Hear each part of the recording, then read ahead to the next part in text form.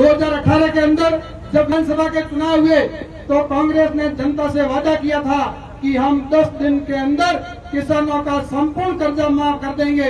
और उस समय उन्होंने 1, 2, 3, 4, 5 इस प्रकार की गिनती बुला कर कहा था कि हम 10 दिन के अंदर कर्जा माफ करेंगे। लेकिन इस कांग्रेस सरकार ने राष्ट्रीयकृत बैंक का 1 भी रुपया माफ नहीं किया और सोसाइटी के अंदर बहुत सारे लोगों को जो दोबारा लोन तक नहीं दिया। जिन लोगों को 1 लाख से ऊपर भारतीय जनता पार्टी सरकार के समय लोन मिलता था उनको जो 50,000 के अंदर सिमट दिया। और उसके बाद इन्होंने युवाओं को कहा था कि अगर हम आपको नौकरियां दे नहीं पाएंगे तो आपको बेरोजगारी भत्ता देंगे और बेरोजगारी भत्ता के रूप में हम आपको 3500 रुपए देंगे। लेकिन स्थिति यह हुई बेरोजगार दर ठोकरें खाते रहे, कोई भ्रष्टाचार नहीं दिया, कोई भ्रष्टाचार इतना फैला दिया कि प्रत्येक पेपर लीक हुआ, प्रत्येक भर्ती का पेपर मार्केट के अंदर बिका और वो पेपर किस प्रकार सचिवालय से निकल करके आगे बिका, किस प्रकार पैसे वहां तक पहुंचे, ये कल परसों के अखबार में आकर हम सबने पढ़ा था।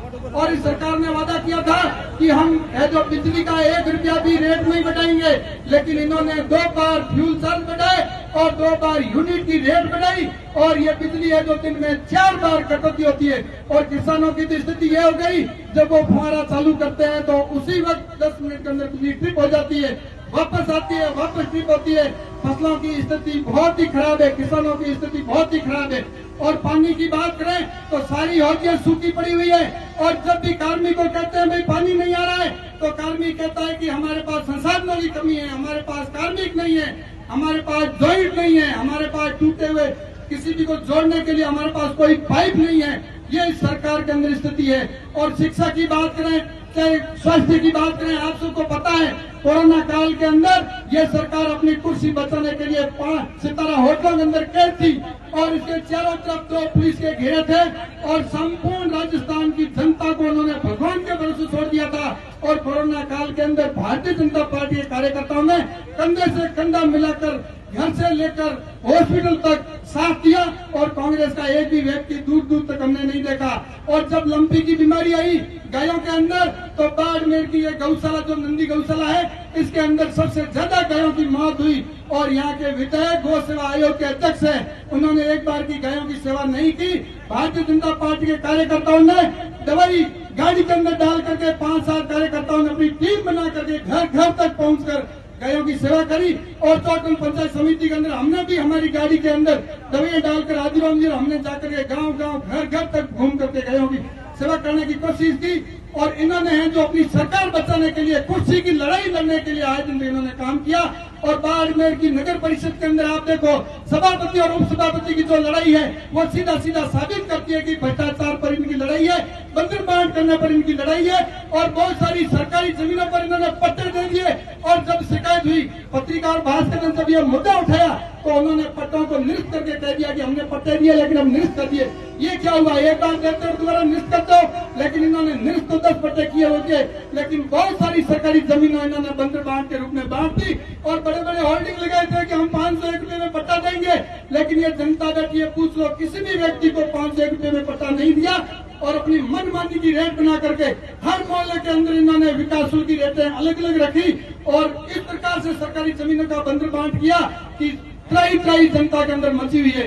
इस सरकार की जो स्थिति है, इस सरकार की स्थिति को देख करके आज लोगों के अंदर जो आक्रोश है, हम सब ने मिलकर के आक्रोश यात्राएं गांव गांव तक करी। उस समय ढेर सारी शिकायतें गांव से मिली और वो हमने प्रदेश तक पहुंचाई थी। और आज इस महा घेराव के अंदर आप सब लोग जिस प्रकार इस तपती धूप के अंदर इतनी संख्या में आज बता रहे हैं, आपके अंदर जो आक्रोश है वो सीधा सीधा साबित करता है कि इस जंगलराज भ्रष्टाचार कुशासन वाली सरकार को आप लोग उखाड़ करके फेंकेंगे और सुशासन देने वाली भारतीय सरकार, भारतीय जनता पार्टी सरकार को आप स्थापित करेंगे। क्योंकि मोदी की योजनाएं अंतिम पंक्ति में बैठे हुए व्यक्ति तक पहुंची है, चाहे आवास योजना हो, चाहे उज्ज्वला योजना हो, चाहे स्वच्छ भारत की योजना हो, चाहे आयुष्मान भारत की योजना हो। और मोदी जी के जो कार्य है उनको देख करके पूरा विश्व आज प्रभावित है। और जिस समय आप सबको पता होगा कि यूक्रेन और रशिया का युद्ध चल रहा था, उस समय भारत के बहुत सारे वहाँ छात्र अध्ययन करने के लिए मेडिकल कॉलेज अध्ययन करने के लिए गए हुए थे। वहाँ जब फंस गए तो वहाँ उनके माता पिता का हाथ पैर फूलने लगे। और जब मोदी जी ने यहाँ से एक कॉल करके रशिया और यूक्रेन को बताया, तो जब भारत के छात्र जब तिरंगा झंडा लेकर के रोड पर निकले तो यूक्रेन की गोलीबारी और रशिया की बमबारी रुक जाती है। इतिहास के अंदर पहली बार इसका युद्ध विराम होता है और भारत के सारे छात्र समान वतन को लौटते हैं। तब हमको पता चलता है कि हमारे देश की ताकत क्या है, हमारे तिरंगे की ताकत क्या है। इस तिरंगे की ताकत को बरकरार रखने के लिए और सुशासन लाने के लिए भारतीय जनता पार्टी की सरकार स्थापित करने के लिए आप सब लोग यहाँ बता रहे हैं। आप घरों घरों तक जाकर के मेहनत करके एक एक कार्यकर्ता तक ये सूचना दे कि इस भ्रष्ट सरकार को उखाड़ के फेंकना है और सूराज वाली सरकार को स्थापित करना। बहुत बहुत धन्यवाद। जय हिंद। भारत माता की।